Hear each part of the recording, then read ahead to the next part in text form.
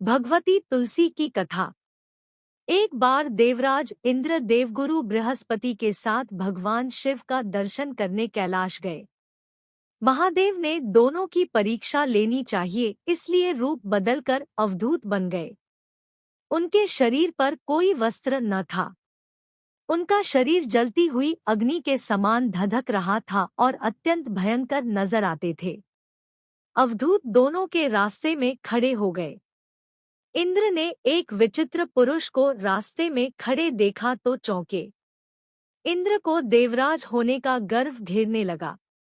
उन्होंने उस भयंकर पुरुष से पूछा, तुम कौन हो? भगवान शिव अभी कैलाश पर विराज रहे हैं या कहीं भ्रमण पर हैं? मैं उनके दर्शन के लिए आया हूँ।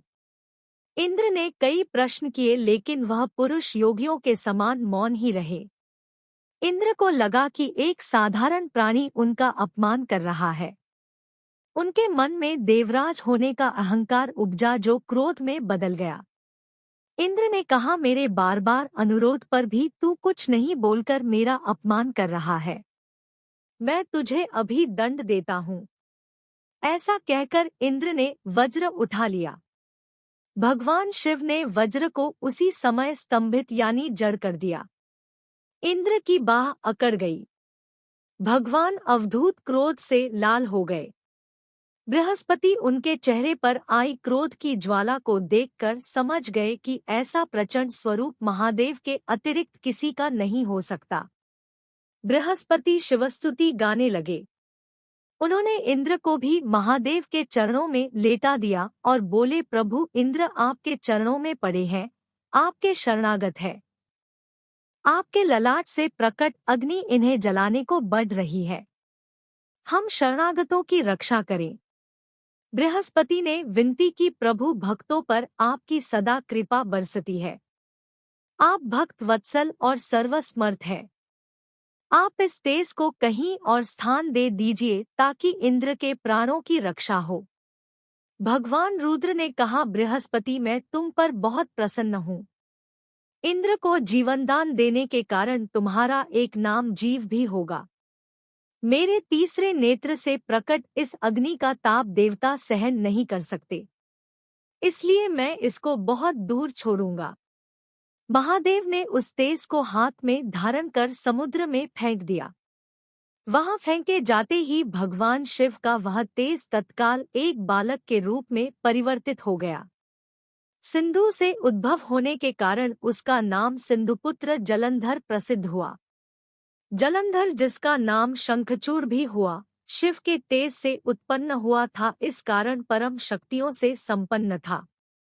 वह देवों से भी ज्यादा शक्तिवान था।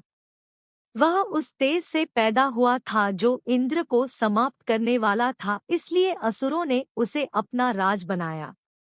अवधूत रूप में यह लीला करने के बाद महादेव अंतर्धान हो गए। इंद्र के गर्व का भंजन भी हुआ, भगवान के दर्शन भी हो गए। तुलसी से जुड़ी एक कथा बहुत प्रचलित है।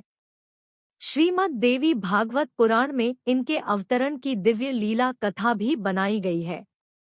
एक बार शिव ने अपने तेज को समुद्र में फेंक दिया था।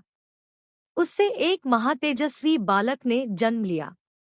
यह बालक आगे चलकर जालंधर के नाम से पराक्रमी दैत्य राजा बना। इसकी राजधानी का नाम जालंधर नगरी था। दैत्यराज कालनेमी की कन्या वृंदा का विवाह जालंधर से हुआ। जालंधर महाराक्षस था।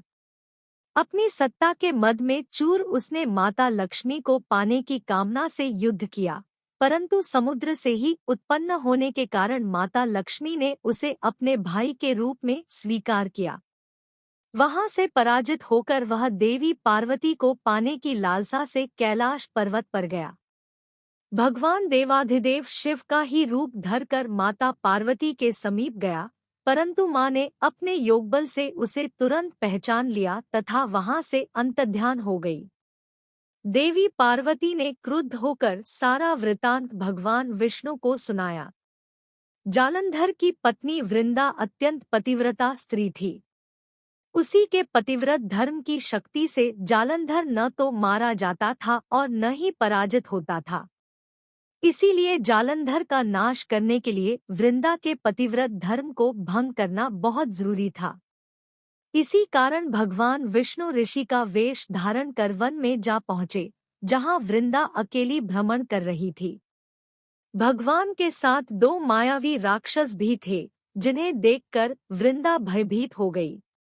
ऋषि ने वृंदा के सामने पल में दोनों को भस्म कर दिया। उनकी शक्ति देखकर वृंदा ने कैलाश पर्वत पर महादेव के साथ युद्ध कर रहे अपने पति जालंधर के बारे में पूछा। ऋषि ने अपने माया जाल से 2 वानर प्रकट किए। एक वानर के हाथ में जालंधर का सिर था तथा दूसरे के हाथ में धड़। अपने पति की यह दशा देखकर वृंदा मूर्छित होकर गिर पड़ी। होश में आने पर उन्होंने ऋषि रूपी भगवान से विनती की कि वह उसके पति को जीवित करें। भगवान ने अपनी माया से पुनः जालंधर का सिर धड़ से जोड़ दिया, परंतु स्वयं भी वह उसी शरीर में प्रवेश कर गए। वृंदा को इस छल का जरा आभास न हुआ। जालंधर बने भगवान के साथ वृंदा पतिव्रता का व्यवहार करने लगी, जिससे उसका सतीत्व भंग हो गया। ऐसा होते ही वृंदा का पति जालंधर युद्ध में हार गया। इस सारी लीला का जब वंदा को पता चला तो उसने क्रुद्ध होकर भगवान विष्णु को शिला होने का श्राप दे दिया तथा स्वयं सती हो गई। जहाँ वृंदा भस्म हुई, वहाँ तुलसी का पौधा उगा। भगवान विष्णु ने वृंदा से कहा, हे वृंदा, तुम अपने सतीत्व के कारण मुझे लक्ष्मी से भी अधिक प्रिय हो गई हो। अब तुम तुलसी के रूप में सदा मेरे साथ रहोगी। जो मनुष्य भी मेरे शालिग्राम रूप के साथ तुलसी का विवाह करेगा, उसे इस लोक और परलोक में विपुल यश प्राप्त होगा। जिस घर में तुलसी होती है, वहाँ यम के दूत भी असमय नहीं जा सकते।